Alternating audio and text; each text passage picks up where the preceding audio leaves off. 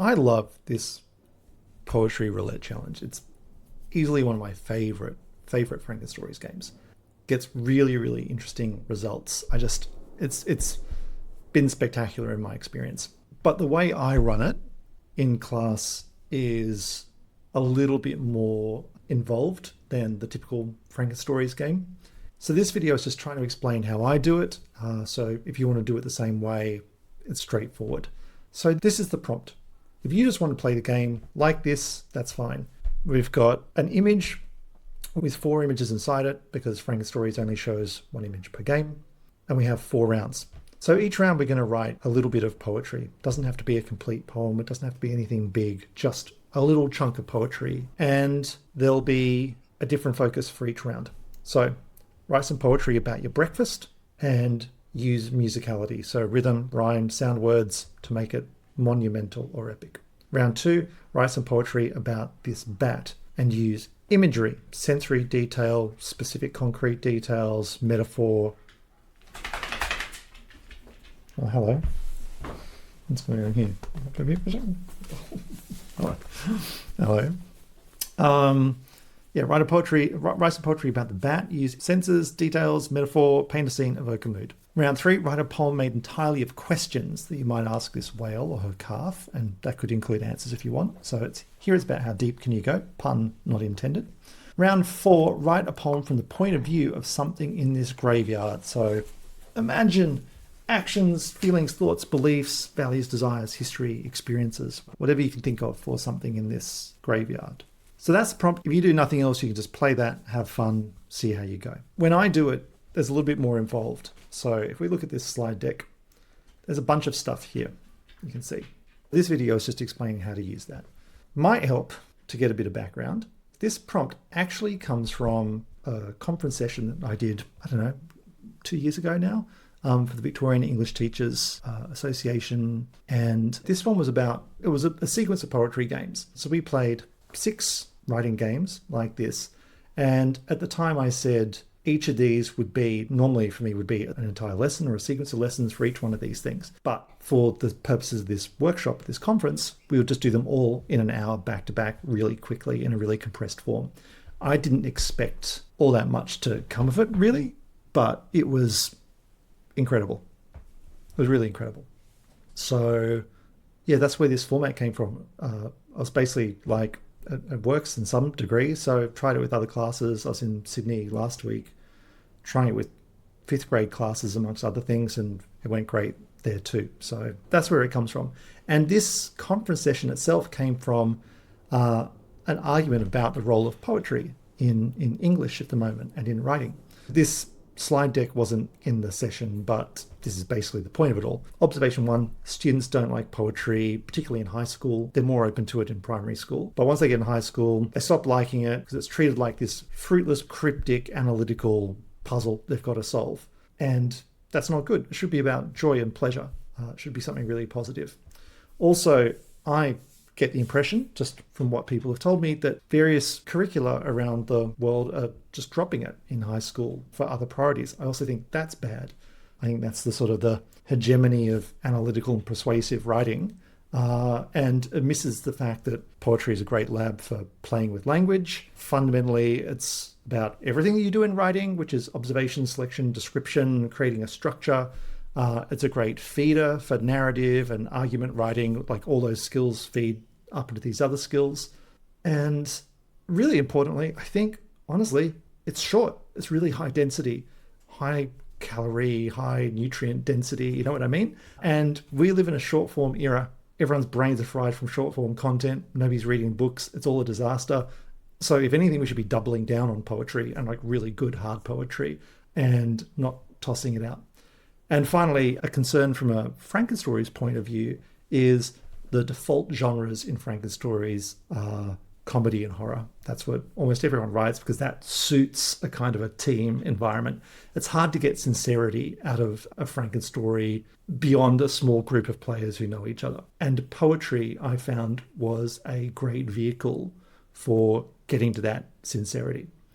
Yeah, so that was part of this argument for But why poetry? Why do poetry? Why value poetry? And how to approach it with this playful attitude and with this sense of a rich, dense experience that's valuable and fun in its own right, but also a great source of material and a great environment to build skills. So for this challenge, the way this format's evolved to use it in class is a slightly more distilled version of it just to fit within an hour.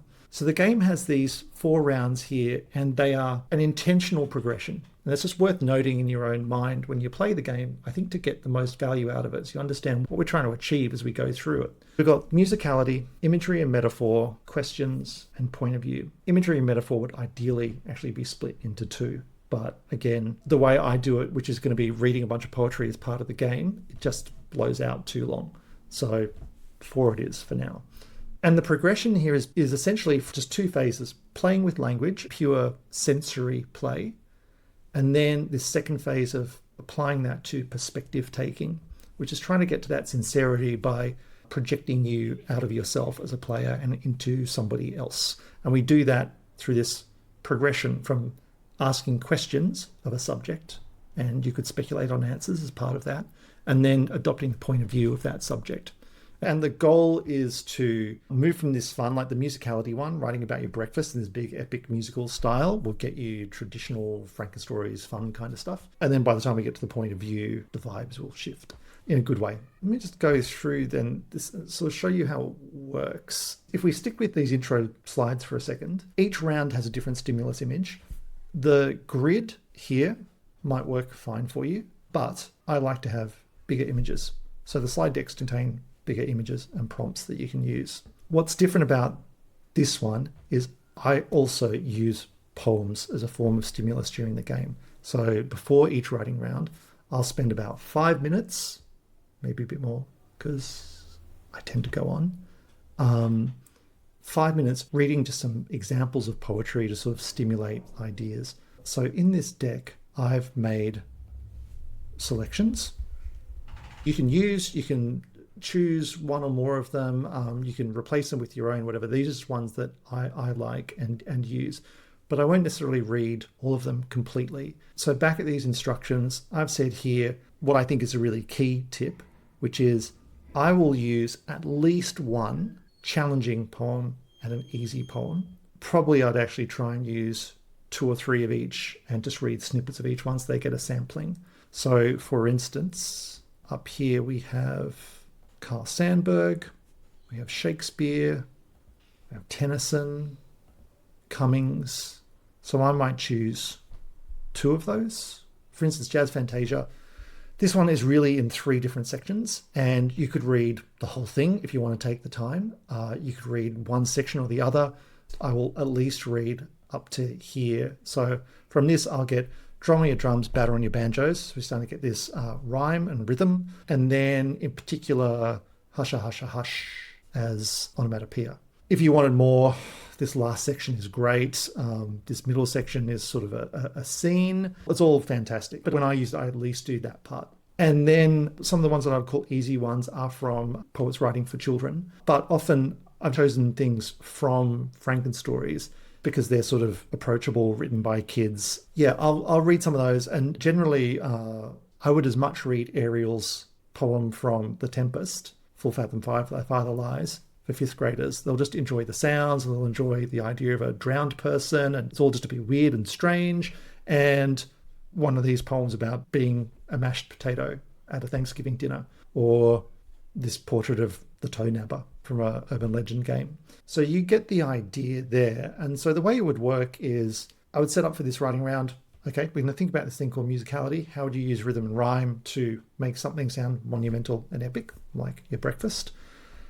What does that mean? Well, we're looking at things like this, and rhyme. It can be at the beginning, the middle, and end of a word. It can be sound words, beat repetition. I wouldn't dwell on this too much, just highlighting these things and then go, let's work through some examples. So whip through some poems, and when we whip through, I'll tell the kids, just try and grab anything you like. Just keep your ears open for the round. Anything you like the sound of. A rhythm, a rhyme, a word, anything. Just stick it in your mind or write it down. Nobody writes anything down. Take something and see if you can just grab it and incorporate it. So we'll go through a few of these poems. with that all in mind, this is the brief for the round. Poetry about breakfast, using these ideas about sound. That's the brief. And then I'll put up this on the big screen. For instance, here you can see a class. So there's a picture of the bat, and there's the little snippets of poetry that are there. So they can have that stuff as reference. And I'm just walking around, checking on things, chatting to people or whatever. And then this is the question one. You can see they're all writing on their laptops. And as the round ends, I flip to the game view. And so that's in the projector view.